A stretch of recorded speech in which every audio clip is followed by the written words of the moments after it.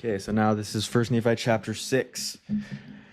Nephi writes of the things of God. Nephi's purpose is to persuade men to come unto the God of Abraham and be saved. About 600 to 592 BC.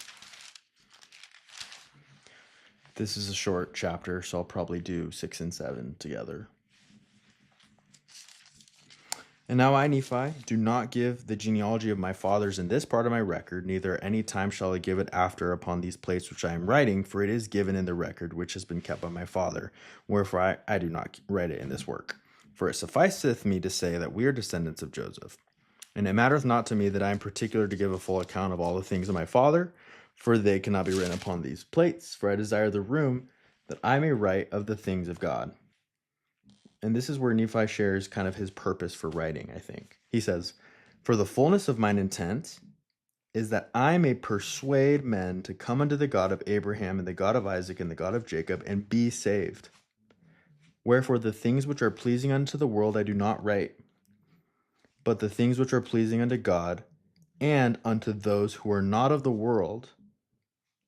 Wherefore I shall give commandment unto my seed that they shall not occupy these plates with things which are not of worth unto the children of men. When I recently listened to this on audio, I was on a run, and I had this thought that this can kind of be a motto or a way that we can try to live in our own lives, and share with our posterity as well. Like in verse 6, it says, and we can apply it to our lives by saying, I shall give, or I give commandment unto my seed, my descendants, that they shall not occupy these plates, or they shall not occupy their time. This is what I thought, their time. That they shall not occupy their time with things which are not of worth unto the children of men. Their time, their focus, their energy, their souls. 1 Nephi 6, verse 6. I give commandment unto my seed that they shall not occupy their hearts and their focus and their wills with things which are not of worth unto the children of men. They're not good, they're not better, they're not best. Just to just completely avoid all things which are not of worth unto the children of men. Okay. Now, chapter 7. Lehi's sons return to Jerusalem and invite Ishmael and his household to join them in their journey. Laman and others rebel. Nephi exhorts his brethren to have faith in the Lord. They bind him with cords and plan his destruction. He is freed by the power of faith. His brethren ask forgiveness. Lehi and his company offer sacrifice and burnt offerings about 600 to 592 BC.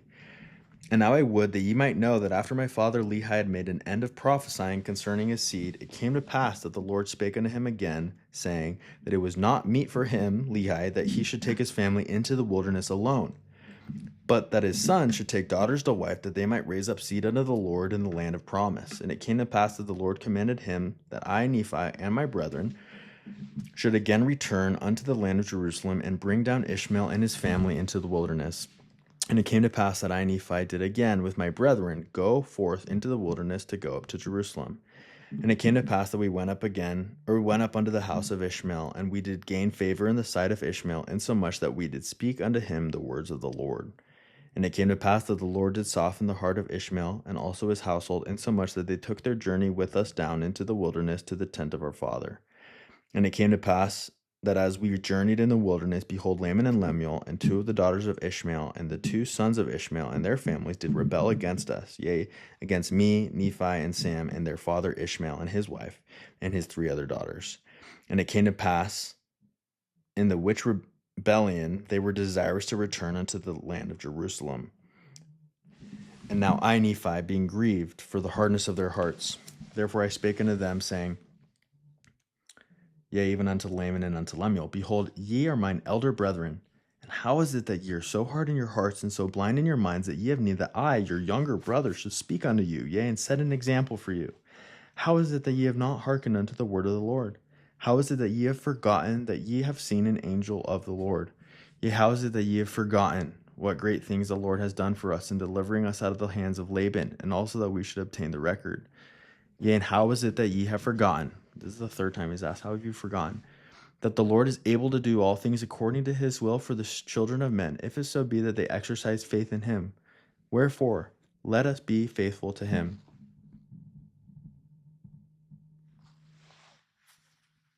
It sounds like these are all things that they used to know and used to believe, which is why Nephi is saying, how did you forget? That they saw an angel of the Lord. They used to know all the great things the Lord had done for them.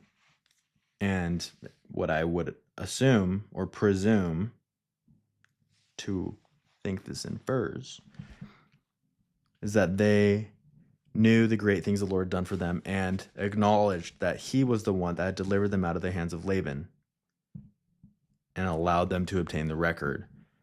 And that they also believed that the Lord is able to do things according to his will for the children of men if they exercise faith in him. So at some point, they used to believe that if they exercise faith in him, the Lord is able to do all things within his will for them. How have you forgotten? How have you forgotten? How have you forgotten?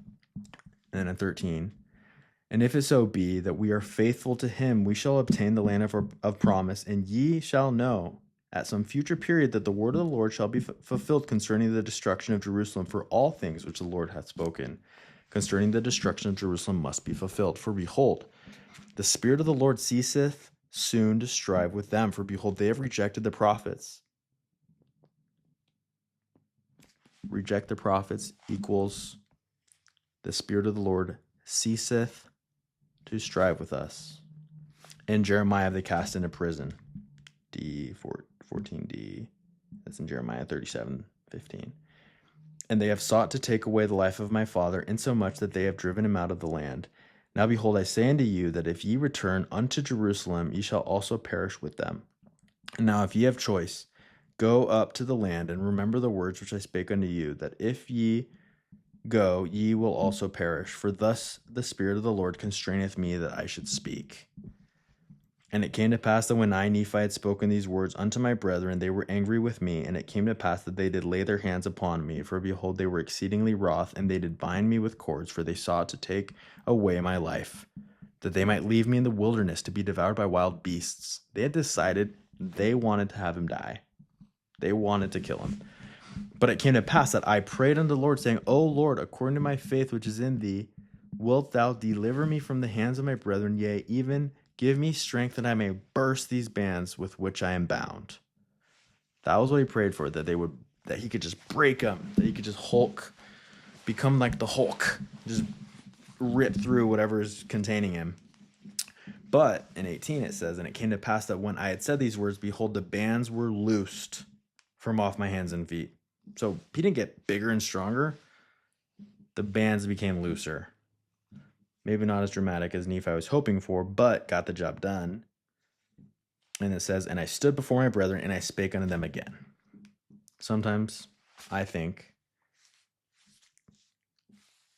God blesses us in ways that we don't ask, at times that don't make sense to us. And because we are impatient, imperfect humans,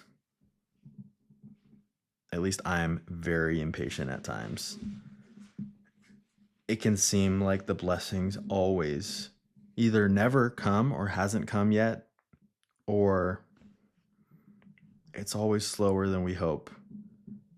And rather than fight against that, I think if we accept his will and that God answers in his own way, that we can have peace amidst the chaos. 19, and it came to pass that they were angry with me again and sought to lay hands upon me. But behold, one of the daughters of Ishmael, Yea, and also her mother, and one of the sons of Ishmael, did plead with my brethren, insomuch that they did soften their hearts, and they did cease striving to take away my life. So at least they stopped trying to murder him. And it came to pass that they were sorrowful because of their wickedness. Man, it's hot, cold, hot, cold. Insomuch that they did bow down before me, and did plead with me that I would forgive them of the thing which they had done against me. They showed sorrow. And it came to pass that I did frankly forgive them all they had done, and I did exhort them that they would pray unto the Lord their God for forgiveness. They were basically guilty of attempted murder. That's like jail for like a long time, I think. And it came to pass that they did so. And after they were done praying unto the Lord, we did again travel on our journey towards the tent of our father. Man, so this is like, for these daughters of Ishmael, this is like the first road trip with the in-laws and like their boyfriends. That's crazy. It's like these guys show up. They're like, "Hey, we're leaving because your city's about to get destroyed. You guys all come. Maybe we can all get married." You know, like this group of brothers marrying this group of sisters, and in the first trip with the in-laws and everything, there's an attempted murder on like the nicest one.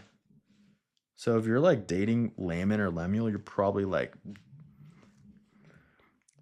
that's a major red flag. I don't know.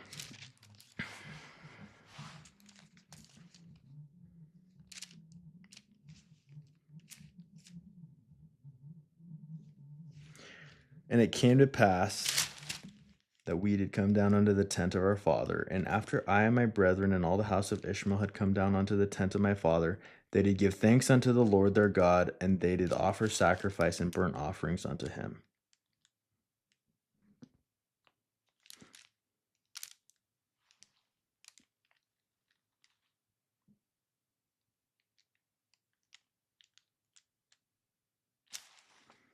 Okay, next is 1 Nephi chapter 8, because that was the end of 7.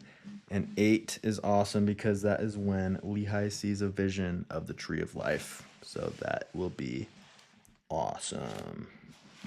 Boom. Alrighty.